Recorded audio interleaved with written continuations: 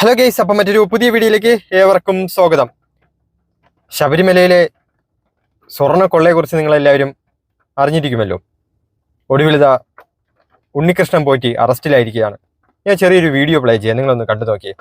ശബരിമലയിലെ ഈ സ്വർണം അത് അറ്റകുറ്റപ്പണി എന്ന പേരിൽ ഇദ്ദേഹം വിശ്വാസവഞ്ചന ചെയ്ത് നിയമപരമായ ഉത്തരവുകളും നടപടിക്രമങ്ങളും പാലിക്കാതെ ഹൈക്കോടതി അടക്കമുള്ള ഉത്തരവുകൾ ലംഘിച്ചുകൊണ്ട് അദ്ദേഹം അത് കൈക്കലാക്കി ബാംഗ്ലൂരിലും ഹൈദരാബാദിലും തുടർന്ന് ചെന്നൈ സ്മാർട്ട് ക്രിയേഷൻസിലും എത്തിച്ചു. മാത്രമല്ല 394.900 ഗ്രാം സ്വർണം മാത്രം പൂശിയ ശേഷം ബാക്കി സ്വർണം തട്ടിയെടുത്തു അത് കൈക്കലാക്കി തിരുവിതാംകൂർ ദേവസ്വം ബോർഡിന് കാര്യമായിട്ടുള്ള നഷ്ടം വരുത്തി. മാത്രമല്ല ഈ ദ്വാരപാലക ശില്പപാളികളും തകിടുകളും ചെന്നൈയിലും ബാംഗ്ലൂരും കേരളത്തിലുള്ള പല വീടുകളിലും ക്ഷേത്രങ്ങളിലും യാതൊരു സുരക്ഷയുമില്ലാതെ എത്തിച്ച് പൂജ നടത്തിയത് ദേവസ്വം പ്രോട്ടോകോളിന് ദേവസ്വം മാനുവൽ ലംഘനമാണ് എന്നുള്ള കുറ്റം അതാണ് ഉണ്ണികൃഷ്ണൻ പോറ്റി ചെയ്തത് എന്നുള്ള കാര്യം SITയുടെ അറസ്റ്റ് മെമ്മോയിൽ ഇപ്പോൾ രേഖപ്പെടുത്തിയിരിക്കുന്നു. മറ്റൊരു പ്രധാനപ്പെട്ട കാര്യം ഈ കുറ്റകൃത്യത്തിൽ ഉണ്ണികൃഷ്ണൻ പോറ്റി ഉൾപ്പെട്ടിട്ടുള്ള അന്വേഷണത്തിൽ വെളിവായിട്ടുണ്ടെന്നും മാത്രമല്ല ഇത് ദുരുപയോഗപ്പെടുത്തി കൈവശപ്പെടുത്തിയ സ്വർണം വീണ്ടെടുക്കേണ്ടത് അത്യന്താപേക്ഷിതമാണ്. ആചാരലംഘനം ഉൾപ്പെടെയുള്ള കാര്യങ്ങൾ സംഭവിച്ചിട്ടുണ്ട്. അക്കാര്യത്തിൽ അദ്ദേഹത്തിന് നിയമ നടപടികൾ നേരിടണം. അദ്ദേഹത്തിന്റെ കൂട്ടുപ്രതികളുടെ പങ്ക് വ്യക്തമാകണം. തെളിവുകൾ നശിപ്പിക്കാതെ തടയണം എന്നടക്കമുള്ള കാര്യങ്ങൾ ചൂണ്ടിക്കാണിച്ചുകൊണ്ടാണ് ഇപ്പോൾ ഈ അറസ്റ്റ് മെമ്മോ അല്ലെങ്കിൽ പെറ്റീഷൻ മെമ്മോ ഇപ്പോൾ കോടതി SIT സംഘം അദ്ദേഹത്തിന് ഇഷ്യൂ ചെയ്തിട്ടുള്ളത്. ഈ SIT ഒടുവിൽ പെട്ടപ്പോൾ ആര് പെട്ടു?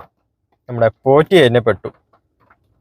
ഇതിന് മുമ്പോട്ടുള്ള പോറ്റിക്ക് മുമ്പ് തലപ്പത്തുള്ളവരെല്ലാവരും ഇപ്പോഴും സേഫായിട്ടിരിക്കുകയാണ്. ഇനി പോറ്റി തെളിവുകളൊക്കെ കൊടുത്ത് ആരൊക്കെയാണെന്ന് ചൂണ്ടിക്കാണിച്ചു കഴിഞ്ഞാൽ അവരൊക്കെ ഇനി നിയമത്തിന് മുമ്പിൽ വരുമോ ഇല്ലയോ എന്ന് കണ്ടു തന്നെ അറിയണം. മുമ്പ് ഇതുപോലെ സ്വർണ്ണ വിഷയങ്ങൾ വന്നപ്പോൾ കുറേ അറസ്റ്റുകളൊക്കെ വന്നെങ്കിൽ പോലും മെയിനായിട്ട് ഒരൊറ്റ ആൾ മാത്രമേ പോയിട്ടുള്ളൂ അകത്ത്. ബാക്കി എല്ലാവരും സേഫായിട്ട് ഇരുന്നു. പറയാതെ തന്നെ നിങ്ങൾക്കറിയാമല്ലോ അതാരൊക്കെ ആണെന്ന്. അതേപോലെ തന്നെ അതിൻ്റെ ഒരു ആവർത്തനമായിരിക്കുമോ ഈ ശബരിമല ഈ സ്വർണ്ണക്കൊള്ളയും? അതിന് ഒന്നാം പ്രതിയായിട്ട് നമ്മുടെ ഉണ്ണികൃഷ്ണൻ പോറ്റിയും. ഈ പോറ്റിയിൽ മാത്രം ഒതുങ്ങുമോ ഈ ഒരു കൊള്ള? അതോ ഈ പോറ്റിയുടെ താഴെയുള്ള ബാക്കിയുള്ള ആൾക്കാരെയും കൂടെ ആയിരിക്കും ഇത് മിക്കവാറും ഒതുങ്ങാൻ പോകുന്നത്? അങ്ങനെ ആയി തീരുമോ? കാത്തിരുന്ന് തന്നെ കാണണം കേട്ടോ. അന്വേഷണങ്ങളൊക്കെ വളരെയധികം സുതാര്യമായിട്ടായിരിക്കുമോ ഇനി നടക്കുന്നത്? ഇവർ രാഷ്ട്രപതിയൊക്കെ ശബരിമല വിസിറ്റ് ചെയ്യാൻ പോകുന്നു. അപ്പം എനിക്ക് തോന്നുന്നു കുറച്ചും കൂടെ നല്ല സുതാര്യമായിട്ടുള്ളൊരു അന്വേഷണമായിരിക്കും ഇതിനകത്ത് വരുന്നത്. പോറ്റി പറയുന്നുണ്ട്, എന്നെ കുടിക്കുവരും എല്ലാവരെയും നിയമത്തിന് മുന്നിൽ കൊണ്ടുവരും എന്ന്. അതേപോലെ തന്നെ പല വാർത്തകളും നിങ്ങൾ ഈ ഉണ്ണികൃഷ്ണൻ പോറ്റി അറസ്റ്റിലായതും കോടതിയിൽ നിന്ന് കൊണ്ടുവരുന്നതൊക്കെ വാർത്തകൾ നിങ്ങൾ അവരുടെ പ്രസന്റേഷൻ കേട്ട് കഴിഞ്ഞാൽ നിങ്ങൾക്ക് തോന്നും രാഖി രാമായണം ആരും അറിയാതെ പോറ്റി വന്ന് ഇതൊക്കെ കട്ടുകൊണ്ട് പോയ കണക്കാണ് അവരുടെയൊക്കെ അവതരണങ്ങൾ. ഇപ്പോൾ ദേവസ്വം ബോർഡ് ഇപ്പോഴത്തെ ആളൊക്കെ ഇപ്പോൾ ഗംഭീരമായിട്ടാണ് ഇങ്ങനെ പ്രസംഗിക്കുന്നത്, വ്യക്തമായിട്ടുള്ള തെളിവുകൾ. അതേപോലെ തന്നെ ഇപ്പം ശബരിമല നട തുറന്നു.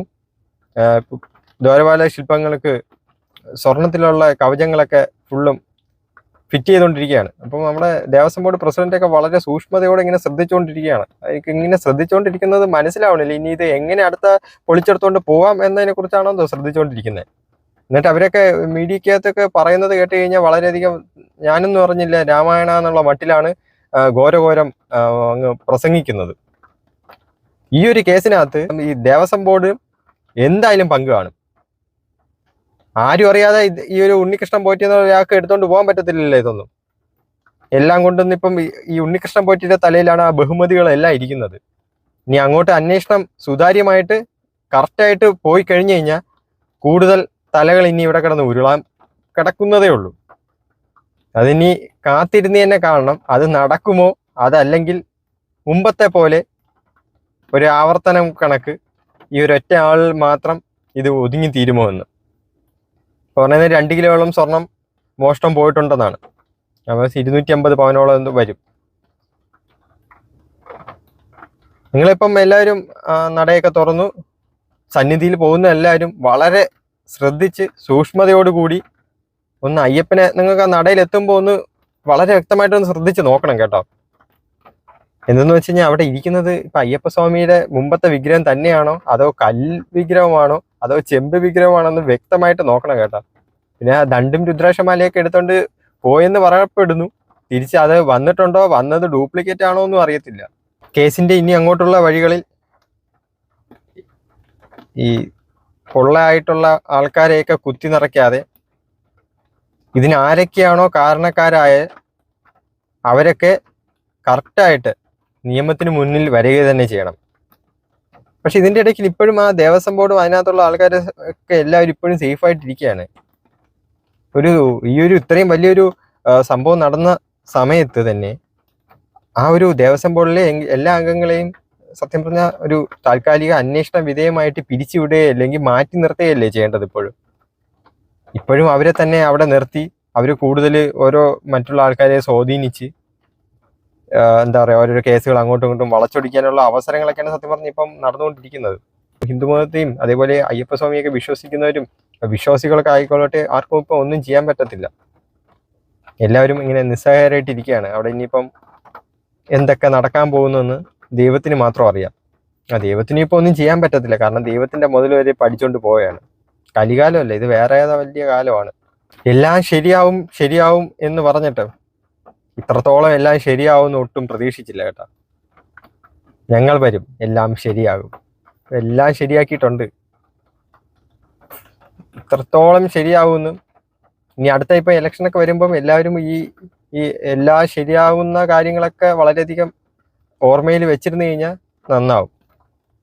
പിന്നെ വേറെ ഒരു കേസ് ഇതിൻ്റെ അകത്ത് ഇടയ്ക്ക് പറയാനുള്ളത്, ഞാൻ കൂടുതലായിട്ട് ഈ രാഷ്ട്രീയത്തിനെ കുറിച്ചൊന്നും സംസാരിക്കുന്നില്ല, പക്ഷേ നമ്മുടെ പ്രതിപക്ഷം എന്ന് പറയുന്നത് തീർത്തും ദുർബലമായിട്ടുള്ള ഒരു വകയ്ക്കും ഒരു കാശിനും കൊള്ളാത്തതായിപ്പോയി കേട്ടോ. സത്യം പറഞ്ഞു കഴിഞ്ഞാൽ കോൺഗ്രസ്സാണ് ഇപ്പം ഭരണപക്ഷത്തിരിക്കുന്നത്. ഈ ശബരിമലയിൽ ഇതുപോലത്തെ ഒരു സ്വർണ്ണക്കൊള്ള നടന്നു.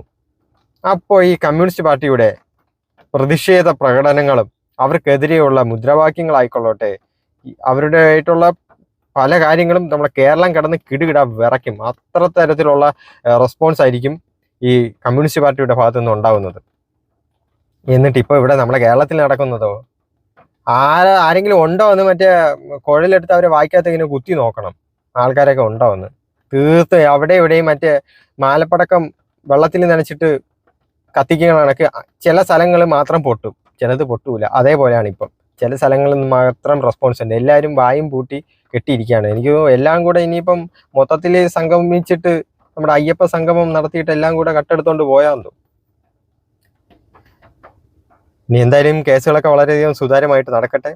ഇതിന് തെറ്റുകാരാരൊക്കെയാണോ കറക്റ്റായിട്ട് അവരൊക്കെ നിയമത്തിന് മുന്നിൽ വരികയും ചെയ്യണം. ഇതുപോലത്തെ ഒരു അവസ്ഥ ഇനി ഒരിക്കലും നമ്മുടെ കേരളത്തിൽ ഒരു ക്ഷേത്രങ്ങളിലും ഈ ഒരു കാര്യം ഇനി ഒരിക്കലും ആവർത്തിക്കരുത്.